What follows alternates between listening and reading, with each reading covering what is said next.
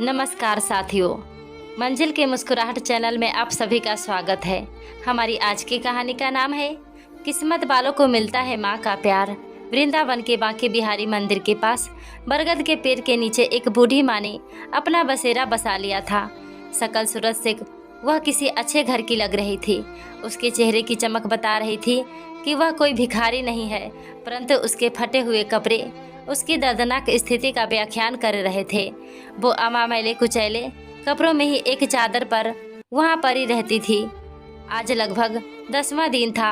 मंदिर में जो श्रद्धालु माथा टेकने आते तो बूढ़ी माँ को थोड़ा बहुत प्रसाद दे जाते थे या कोई राह चलता उस पर तरस खाकर उसे कुछ खाना दे जाते थे, जिससे उसका गुजारा हो रहा था। श्रवण हर वर्ष अपने माता पिता की बरसी पर मंदिर में आता था और गरीबों को भोजन दिया करता था। उसके माता पिता एक रोड एक्सीडेंट में मारे गए थे।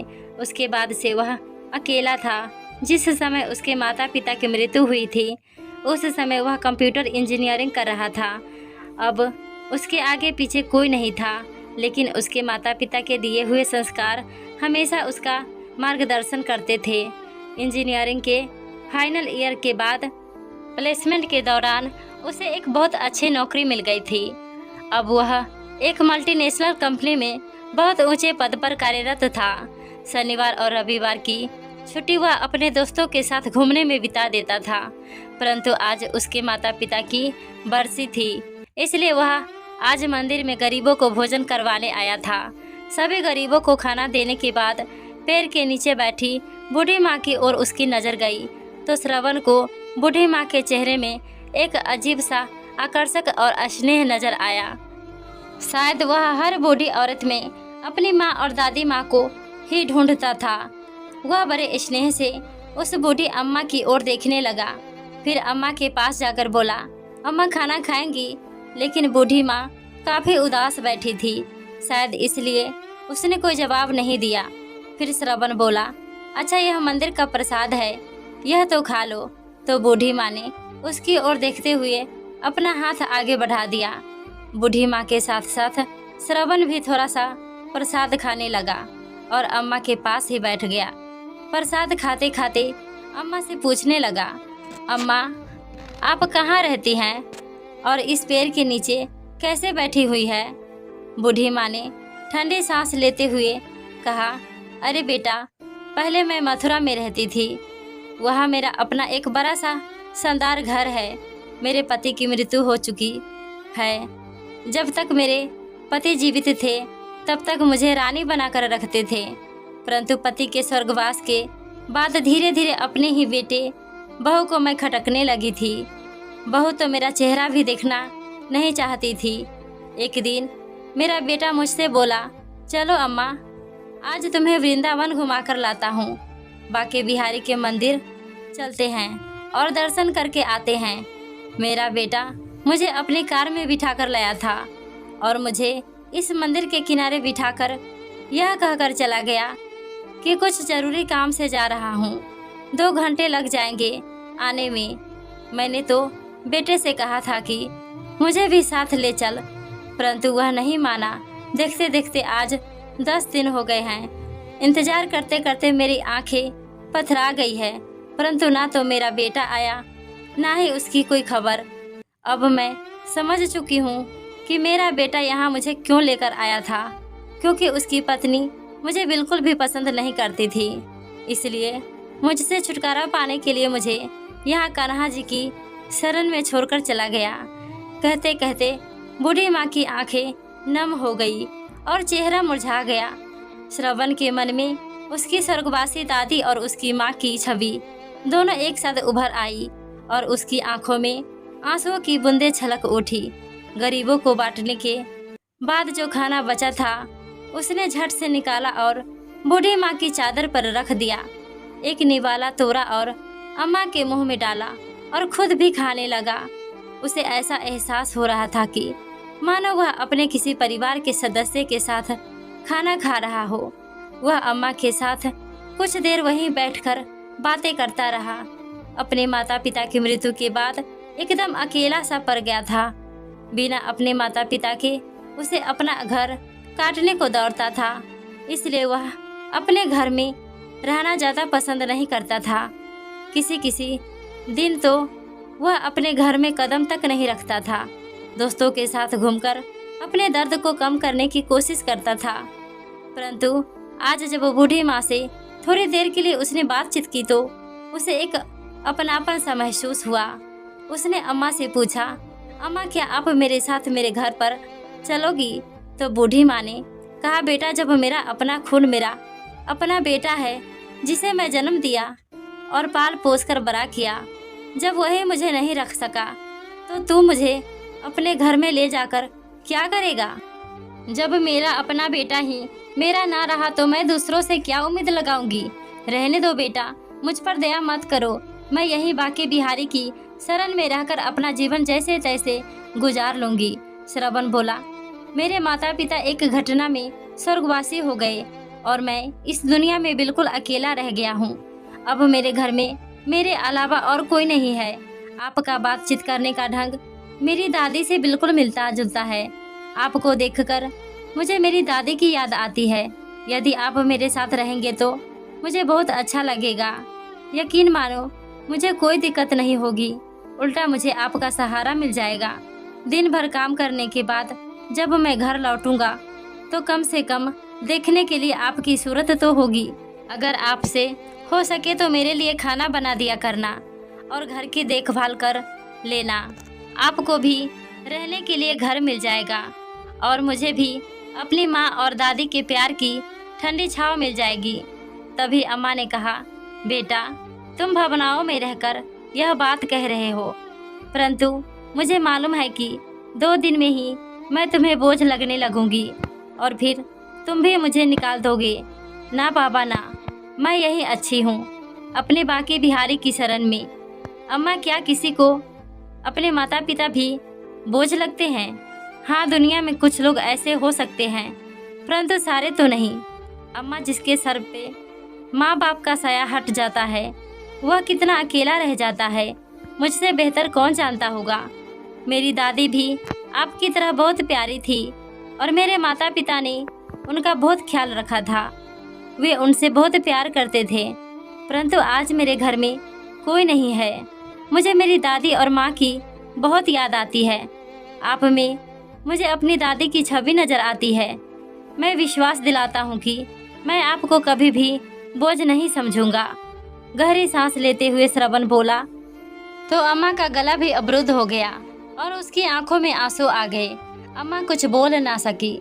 श्रवण ने अम्मा का हाथ पकड़ा और बोला, चलो अम्मा, अब ज़्यादा मत सोचो, रात होने वाली है, अब आप अपने घर चलेंगी। श्रवण ने जैसे ही अम्मा का हाथ पकड़ा तो अम्मा ने उसके चेहरे की ओर देखा।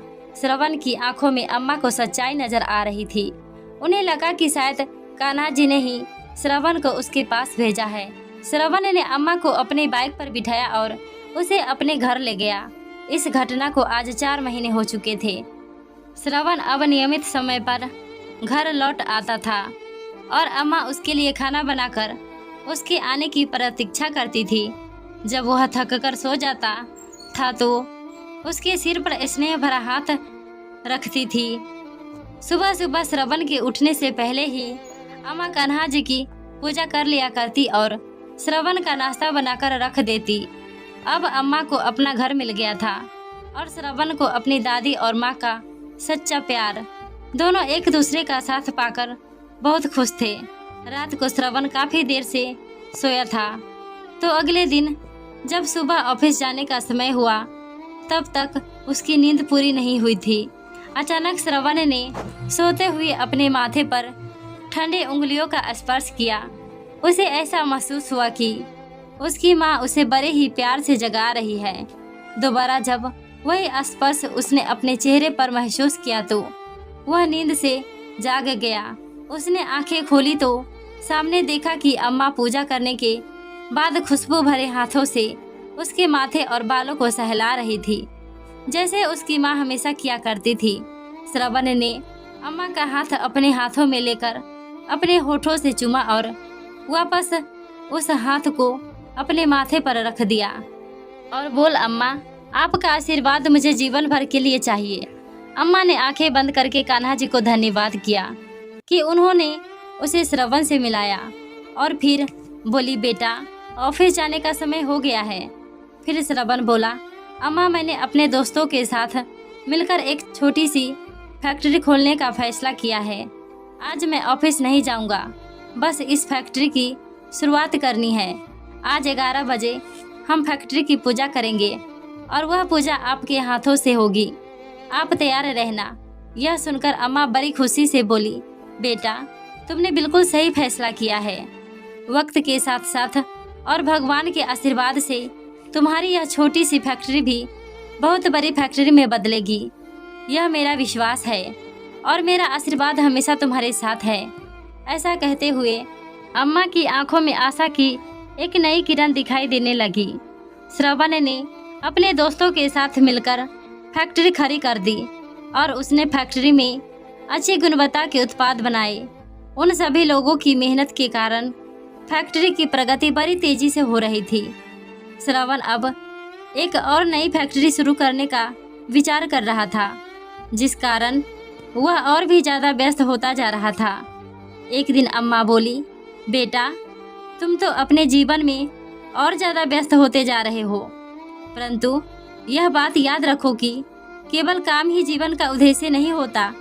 तुम्हें काम के लिए एक सहारे की आवश्यकता है। क्यों ना एक अच्छे से लड़की ढूंढकर तुम्हारी शादी कर दी जाए। अम्मा की बात श्रवण को भी उचित लगी और बोला, अरे अम्मा, अपनी ज़िंदगी में मैं इतना व्यस्त हो गया हूँ कि कभी इस बारे में बातचीत करने का समय ही नहीं मिलता। अम्मा एक बात कहूँ, मेरी निगाह में एक लड़की है सरिता, जो मुझे बहुत पसंद है, लेकिन मैंने कभी उसे इस बारे में बात नहीं की। सरिता श्रवण की माँ की सहेली की बेटी है, जो पढ़ाई पूरी करने के बाद इसी शहर में नौकरी कर रही थी। श्रवण की उससे मुलाकात कभी कभार हो जाती थी। श्रवण को सरिता का स्वभाव और बातचीत करने का तरीका बहुत अच्छा लगता था। अम्मा चमन के साथ सरिता के घर गई और उसके माता पिता से बातचीत की और श्रवण और सरिता की शादी का प्रस्ताव दिया। सरिता के पिताजी ने तुरंत हाँ कर दी। बस फिर क्या था, कुछ ही दिनों बाद श्रवण सरिता को दुल्हन बनाकर अपने घर ले आया। सरिता अम्मा के गुणों से और उनके स्नेह से बहुत प्रभावित हुई। जितना प्यार श्रवण अम्मा से करता था, उससे कहीं ज़्यादा लगाव सरिता का अब अम्मा से हो चुका था।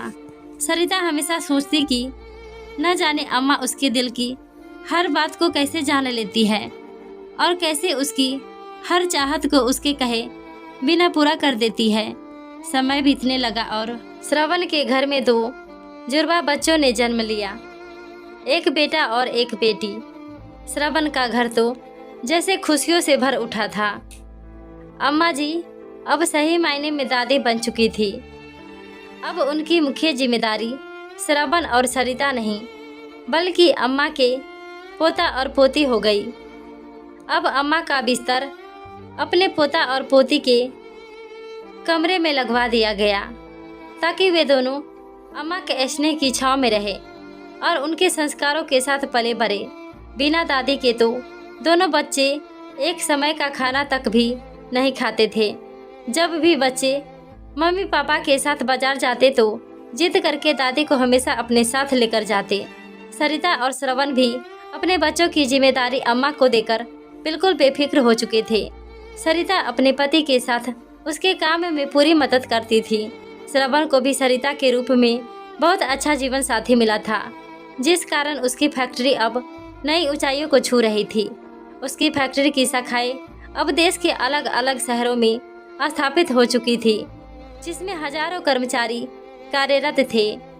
उधर अम्मा का बेटा निशांत, जो अम्मा को दर दर की ठोकरें खाने के लिए छोड़कर चला गया था, वह रह रहकर अपराध बहुत से ग्रसित हो रहा था। अपने निष्पाप और निरपराध माँ के साथ किया गया व्यवहार पल पल उसे कचोटता था। आने वाले हर पल के साथ उसका अपराध बोझ बढ़ता ही जा रहा था।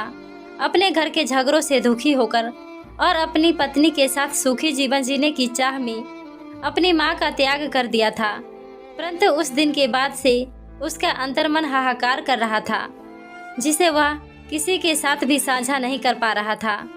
अब उसके घर में केवल उसकी पत्नी का ही एक छत्र राज था।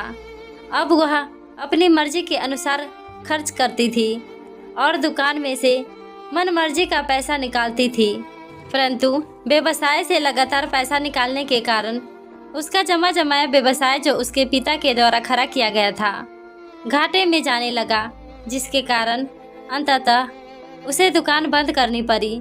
दुकान बंद करने के बाद के कुछ दिन बड़ी कठिनाइयों में गुजरे। अब निशांत और उसकी पत्नी को आटे दाल का भाव मालूम पड़ने लगा। फिजूल खर्ची तो दूर की बात थी, अब उनके पास घर खर्च और अपने बच्चों की आवश्यकताओं को पूरी करने के लिए भी पैसा नहीं था। निशांत का एक मित्र जो एक बड़ी कंपनी में काम कर रहा था, उसने अपने सिफारिश पर निशांत की नौकरी अपनी कंपनी में लगवा दी और इस तरह निशांत के जीवन की गाड़ी थोड़ी थोड़ी चलने लगी। निशांत अब कंपनी में बहुत मन लगाकर काम कर रहा था, जिस कारण उसे फैक्ट्री में बहुत मान सम्मान मिलने लगा। अब वह फैक्ट्री का एक महत्वपूर्ण कर्मचारी बन चुका था। निशांत की कंपनी में स्थापना दिवस पर वार्षिक महोत्सव मनाया जाना था और सभी कर्मचारियों को उनके काबिलियत के आधार पर पुरस्कार वितरित किए जाने थे। निशांत को अपनी मेहनत और योग्यता के आधार पर पुरस्कार दिया जाना था, जो कि उसकी कंपनी के मालिक के द्वारा दिया जाना था। नियत तिथि पर पुरस्कार वितरण समारोह शुरू हुआ और यह पहली बार था कि जब कंपनी के मालिक अपने सभी फैक्ट्री कर्मचारी के साथ रूबरू हो रहे थे। आज का दिन निशांत के लिए बहुत खास था। मैनेजिंग डायरेक्टर अपनी पत्नी, माँ और बच्चों के साथ समारोह में आए थे। जब समारोह शुरू हुआ और पुरस्कार वितरण के लिए कंपनी के डायरेक्टर साहब से अनुरोध किया गया तो वह स्टेज पर आए और कहने लगे कि आज हमारी कंपनी के लिए एक बहुत बड़ा दिन है, परंतु आज हमारी कंपनी जिनकी स्थिति में है वह केवल और केवल हमारी अम्मा जी के आशीर्वाद से ही है। यदि अम्मा जी की प्रेरणा नहीं होती तो ना तो आज ये कंपनी होती और ना ही मैं इस पद पर होता। इसलिए पुरस्कार वितरण के लिए मैं अम्मा जी को बुलाना चाहूँगा। अम्मा जी, कृपया आप स्टेज पर लिए और अपने हाथों से सभी योग्य कर्मचारियों को पुरस्कार वितरण कीजिए। श्रवण के बुलाने पर अम्मा स्टेज पर पहुंची और उनकी आंखों से आंसुधारा बह निकली। कर्मचारियों के नाम अनाउंस किए गए और अम्मा उन्हें एक एक करके पुरस्कार देती गई। तभी एक नाम की अनाउंसमेंट हुई, जिसे सुनकर अम्मा जी के चेहरे पर न जाने कितने भाव एक साथ आ गए। नाम पुकारा गया निशांत मिश्रा। सामने से आने वाला व्यक्ति भी कुछ जाना पहचाना लग रहा था। अम्मा ने ध्यान से देखा तो सचमुच वह उनका बेटा ही था, निशांत मिश्रा, जो उन्हें तीर्थ यात्रा का झांसा देकर बड़ी ही बेदर्दी से छोड़ गया था, जिसे उसके बाद अपनी माँ का ख्याल तक नहीं आया। अम्मा सोचने लगी कि अब तक तो शायद मैं तड़प तड़प कर मर गई होती यदि मेरा बेटा श्रवण मुझे ना ले जाता। प्यार और नफरत के भाव एक साथ अम्मा के चेहरे पर उभर आए। अम्मा को ऐसा महसूस हुआ कि जैसे दुनिया बड़ी तेजी से घूम रही है। बड़ी मुश्किल से उन्होंने स्वयं को संभाला और किसी अपरिचित की तरह निशांत को पुरस्कार थमा दिया और अपना मुंह दूसरी तरफ फेर लिया। निशांत ने ध्यान से देखा कि पुरस्कार देने वाली महिला कोई और नहीं, उसकी अपनी माँ थी। देखते ही उसके पसीने छूटने लगे और वह अपनी माँ के पैरों में गिर पड़ा। उसे विश्वास नहीं हो रहा था कि उसकी माँ, जिसे उसने दर दर की ठोकरें खाने के लिए छोड़ दिया था, आज इतने बड़े साम्राज्य की मालकिन है। निशांत ने अपनी माँ से हाथ जोड़कर माफ़ी मांगी और कहा कि माँ, अब आप मेरे साथ अपने घर चलेंगी। कैसा घर, कैसी माँ? मेरा बेटा तो उसी दिन मर चुका था जिस दिन वह मुझे मंदिर के बाहर छोड़कर चला गया था। आज ना तो मैं तुम्हारी माँ हूँ, ना ही तुम मेरे बेटे। इतना कहकर अम्मा जी पुरस्कार वितरण को बीच में छोड़कर अपनी कुर्सी पर जाकर बैठ गई।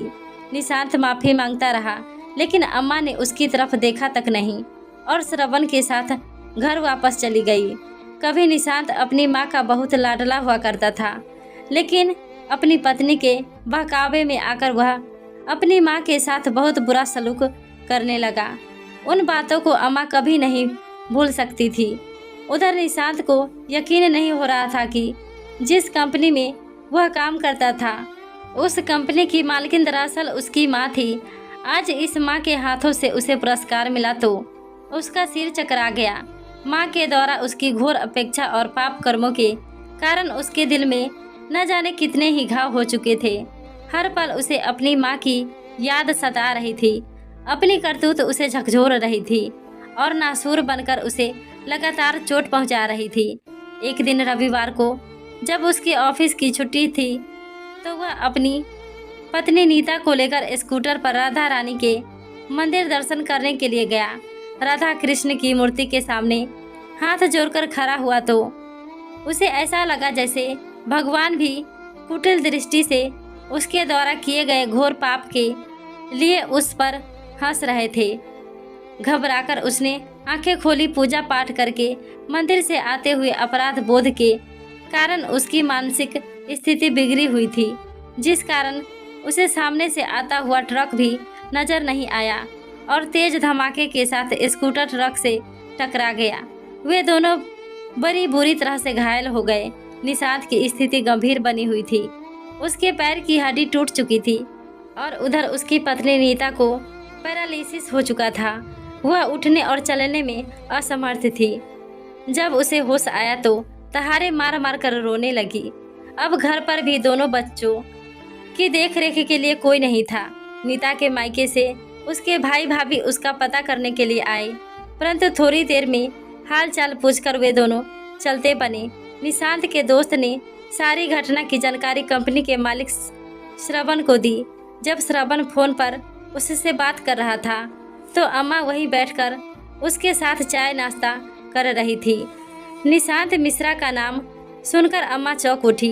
उसने श्रवण से पूछा कि क्या हुआ, किस बारे में बात हो रही थी, तो श्रवण ने सारा हाल कह सुनाया कि उसकी कंपनी का एक कर्मचारी निशांत मिश्रा का एक्सीडेंट हो चुका है।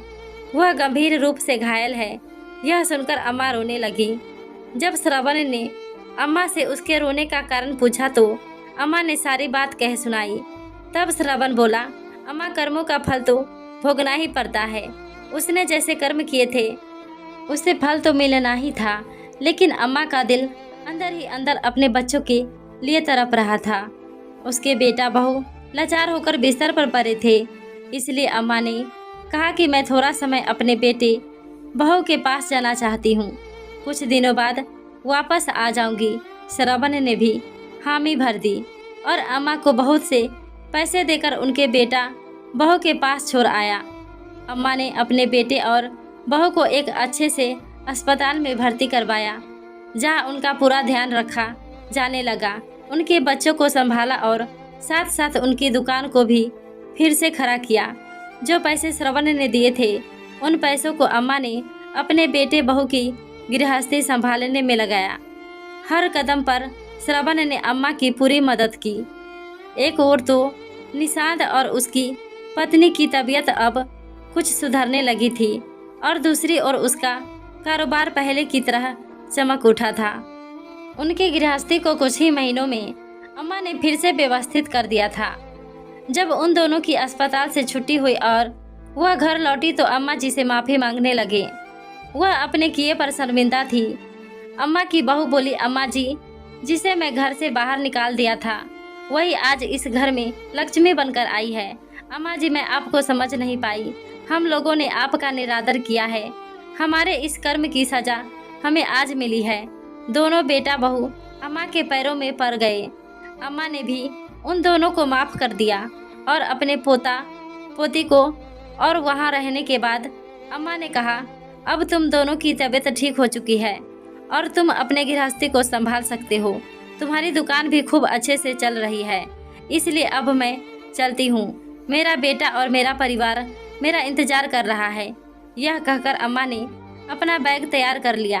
बेटा बहू दोनों ने अम्मा को जाने से रोकने की खूब कोशिश की, परंतु अम्मा ने कहा, मेरा बेटा श्रवण मुझ पर जान छिड़कता है। अब वही मेरा बेटा है, इसलिए मुझे जाना होगा। उन दोनों ने बहुत मनाया, परंतु अम्मा नहीं रुकी और बेटे के घर के लिए चल दी। बाहर श्रवण अम्मा को लेने के लिए गाड़ी में पहले ही पहुंच चुका था। किसी ने बिल्कुल सही कहा है, यह दुनिया है तेज धूप, वह तो बस छाँव होती है। स्नेह से सजी ममता से भरी माँ तो बस माँ होती है। दोस्तों, आपको यह कहानी कैसी लगी? लाइक और कमेंट करके ज़रूर बताएं और चैनल को सब्सक्राइब करना बिल्कुल ना भूलें। मिलते हैं एक नई कहानी के साथ। बहुत बहुत धन्यवाद।